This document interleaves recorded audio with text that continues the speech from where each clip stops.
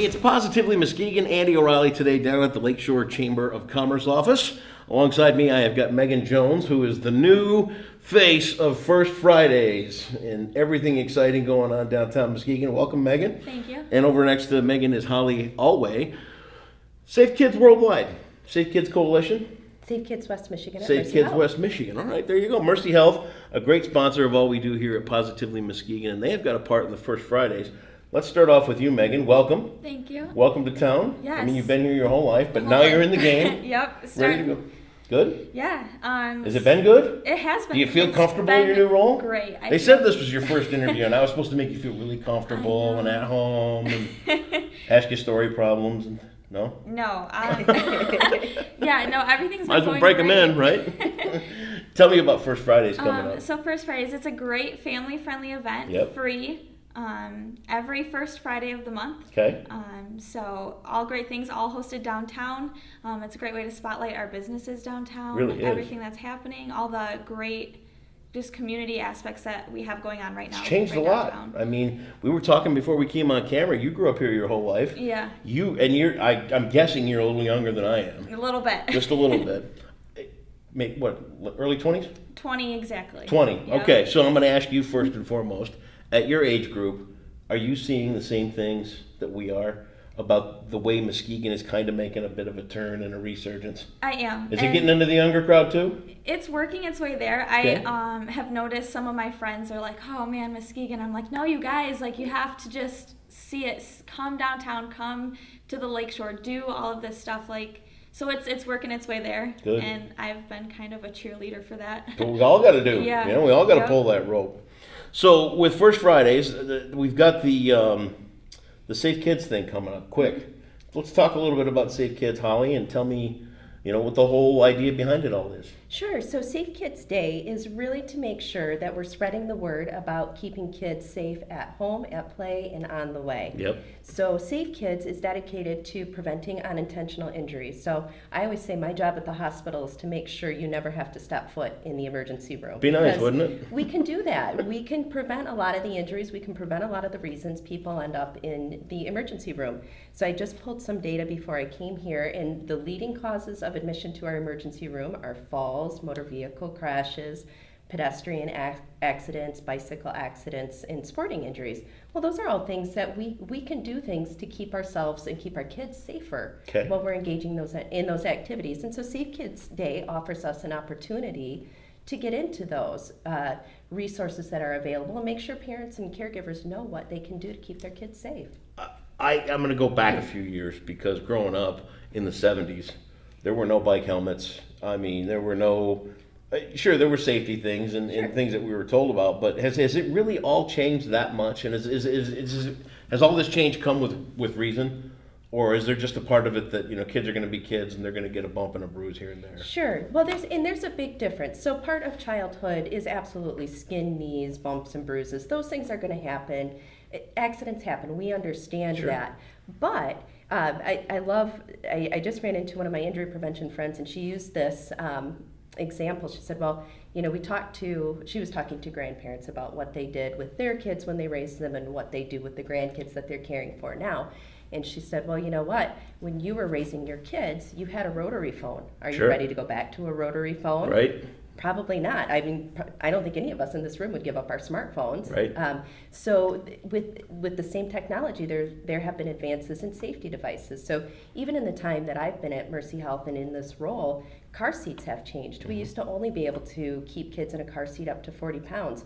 Well, now it's pretty standard to get them closer to 65 pounds or even over 100 pounds. So if we can do these small things to keep kids safe, it's a wise investment because nobody wants to see a kid with a life-altering injury. I'm here to tell you I got 6 grandkids. I kind of skipped over the whole parenting years, which you probably I wouldn't recommend, but in my days, you know, Right. I skipped right to the grandparents thing, and I cannot believe on a day-to-day basis when these grandkids are around how remarkably fragile I see them as.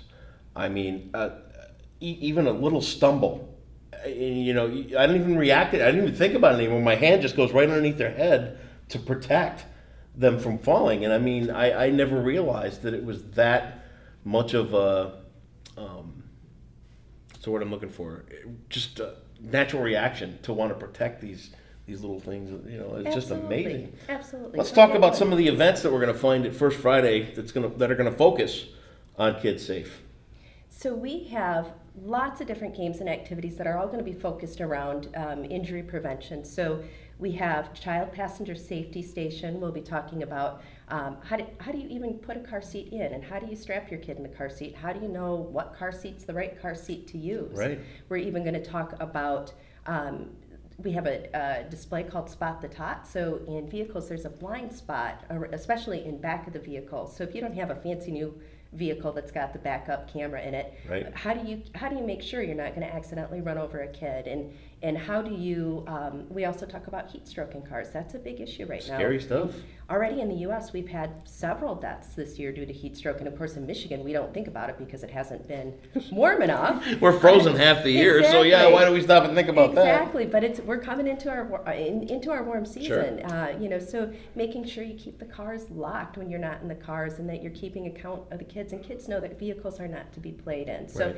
that's our child passenger safety display. We also have a pedestrian safety display that's sponsored by FedEx, and that will focus on distraction, right? So distraction doesn't just affect drivers, it affects pedestrians and it affects bicyclists. So really kind of focusing in on how does distraction affect you as you're walking down the street? And so that one's very interactive. I'm excited about that one because somebody gets to be the distractor. Yeah. I kind of want to volunteer Right. for that role. That sounds like fun. We also have medication safety. That's a huge issue because you know, almost everybody has some sort of medication in their home. Yeah. So what do you do to keep it away and out of sight so kids don't get into it? Because kids look at it, and even if you think about, like, I always think about those gummy vitamins. What does that look like to a kid? Candy. It's absolutely candy, and Yeah. they see adults getting into it, so why can't I? Well, they don't understand that maybe taking an entire bottle full of gummy vitamins might have some dire consequences for them. So making sure that adults know how to keep medications up, away, and out of sight of kids and understand what those consequences can be, as well as making sure if kids are on medication that they're keeping them on schedule and not accidentally double dosing them because, you know, one parent gave the medication Sure. and the other parent didn't realize that. And then we've got some community partners that are coming in. We've got Skeet Town CrossFit that's going to come in and do a mini CrossFit course. And we're also going to talk about sports safety in that. Crow's Nest in Spring Lake is going to come in and do temporary tattoos. They're coming over the bridge. Oh They wait, no, are. Spring Lake doesn't have to cross the bridge. Grand Grand Haven has to cross. I get You're it right. confused. You're right. Well, it was almost dangerous there.